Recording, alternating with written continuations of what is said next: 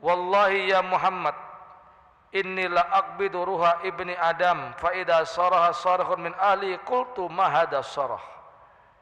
Wahai Muhammad, ketika saya lagi nyabut nyawa anak manusia, tiba-tiba dari keluarganya ada suara yang berteriak-teriak, menjerit-jerit saat saya mencabut nyawanya. Jeritan apa ini wahai Muhammad? Kata malaikat maut. Ketika saya mencabut nyawa daripada ibnu Adam, anak manusia, itu ada keluarganya yang menjerit-jerit dan berteriak-teriak.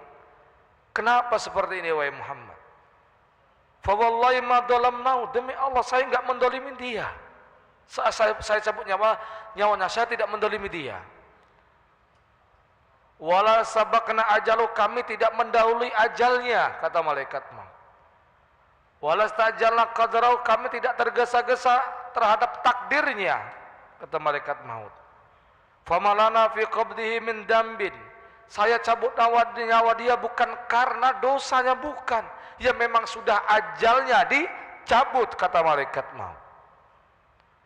Fa in tardau bima sana Allah tu'jaru, kalau kalian ridha terhadap ini, terhadap apa yang Allah perbuat, kalian akan mendapatkan pahala. Makanya kalau ada keluarganya yang meninggal, ada keluarganya lagi sekarat, maka harus banyak-banyak doa, ucapkan talqin, baca yasin. Bukan kita menjerit-jerit seolah-olah kita tidak ridho terhadap apa yang Allah takdirkan. Tidak. Kita orang Islam, orang mukmin, ada tuntunan. Ketika keluarga ada yang lagi sekarat mau meninggal, ditalqin kalimat la ilaha illallah, atau dibacakan surat yasin atau zikir-zikir yang lainnya. Bukan kita malah merintih, berteriak-teriak menentak dari Allah. Jangan seperti itu. Kalau kita ridha terhadap ini, kita akan diberikan pahala oleh Allah Subhanahu wa taala. Wa in taskhatu aw tajza'u ta'samu wa ta'azzaru. Tapi kalau kalian tidak suka, kalian benci, kalian enggak senang, kalian justru mendapatkan dosa. Wa malakum indana min dubah. Tadi adalah kalian boleh mencela daripada perbuatan kami. Wa inna lana alaikum labagiyatun wa audah. Kami pasti akan selalu siap, selalu ada dan akan kembali kepada kalian. Fal hadar, Allah hadar, hati-hati. Wa ma min ahli baiti sya'rin au madarin fi barin au bahrin illa wa ana atasaffahu wujuhahum fi kulli yawmin waladin khamsa marrat. Wahai Muhammad, tidaklah penghuni rumah yang ada di bumi, tidak ada suatu penghuni yang ada di laut, melainkan saban hari saya salami mukanya sebanyak 5 kali, itu kata malaikat maut. Setiap hari itu. Semua makhluk yang ada di muka bumi ini, makhluk hidup ataupun di laut, setiap hari kata malaikat maut saya selalu menyalami mereka. Berapa kali? 5 kali. Hatta anni la a'rifu sagirahum wa kabirahum wa a'rifu minhum bi anfusihim. Hingga saya ngerti betul, kenal betul yang kecil dan besar dari mereka. Bahkan saya lebih kenal kepada mereka daripada dirinya mereka sendiri. Sampai seperti itu malaikat maut. Kenapa? Saban hari apa?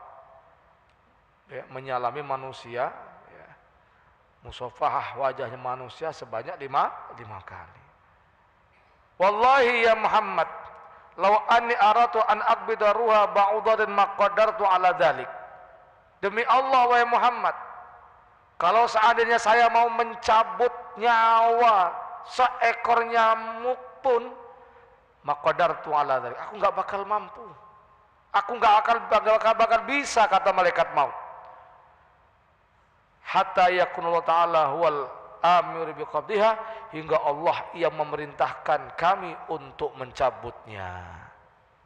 Jadi semuanya sudah ditentukan oleh Allah Subhanahu wa ta'ala. Oleh karena itu ada satu sahabat bertanya kepada Nabi Muhammad, ya Rasulullah, siapa sih orang mukmin yang paling cerdas, paling pintar itu?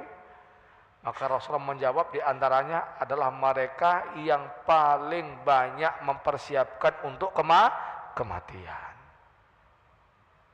Itu kata Sayyidina Abi Sa'id Al-Khudri, itu Nabi melihat orang-orang lagi tertawa. Ya, namanya orang tertawa.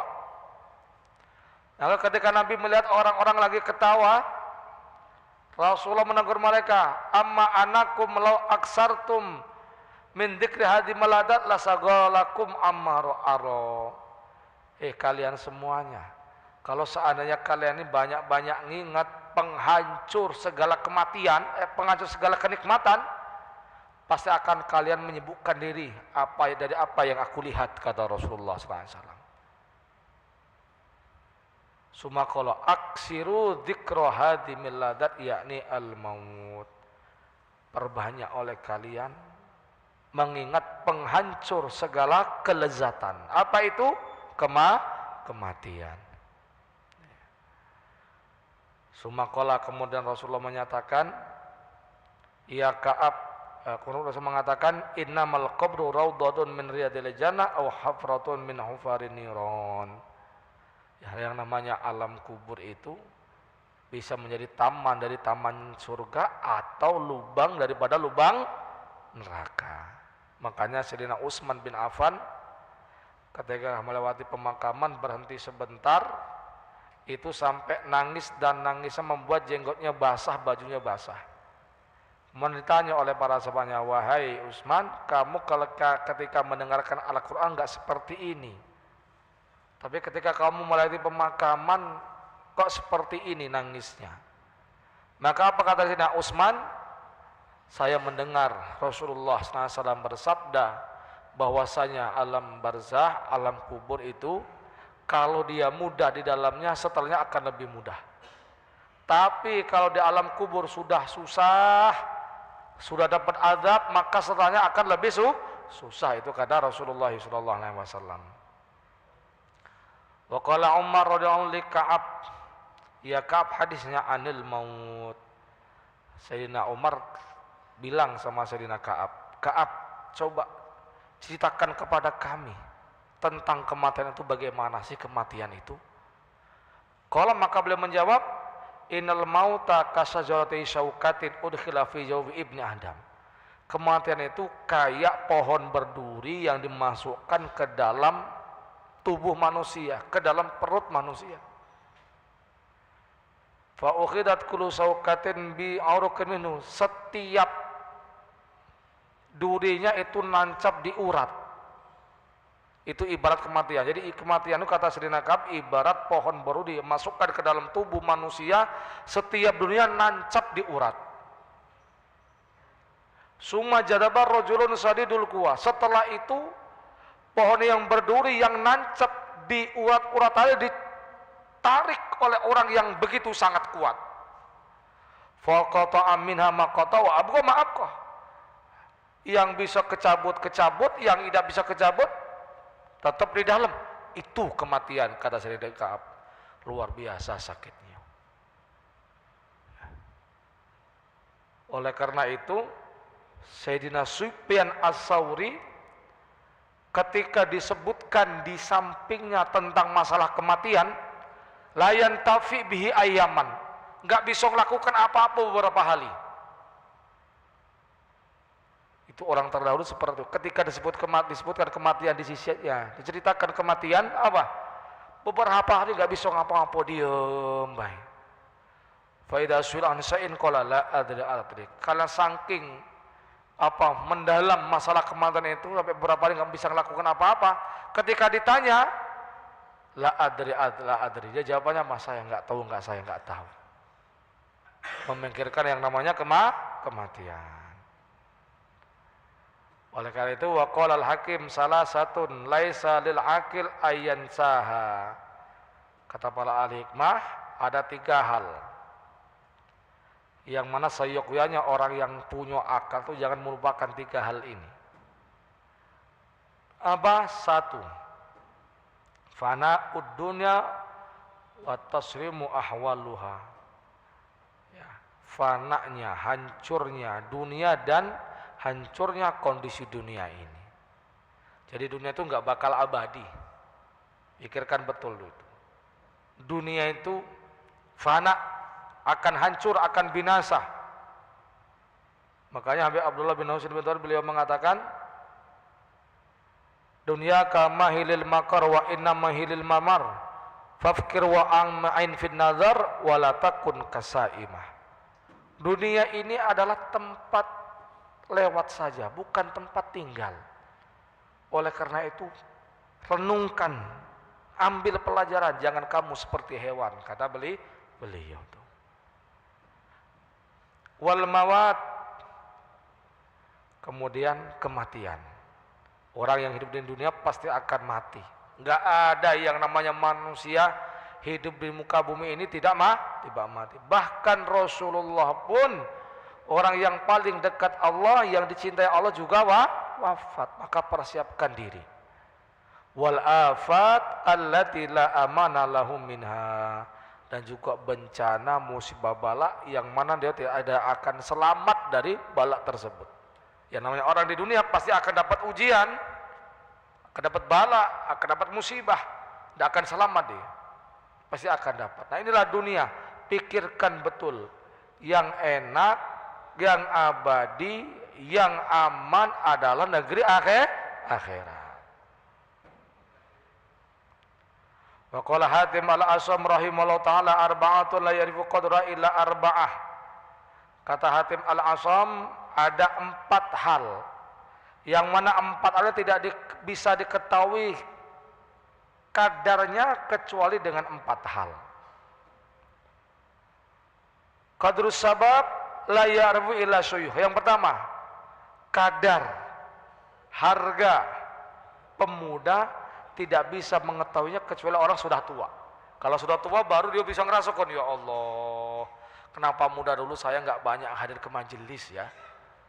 Ya Allah, kenapa dulu masa muda saya nggak belajar ya. Ya Allah, dulu kenapa masa muda saya nggak mau ngaji ya.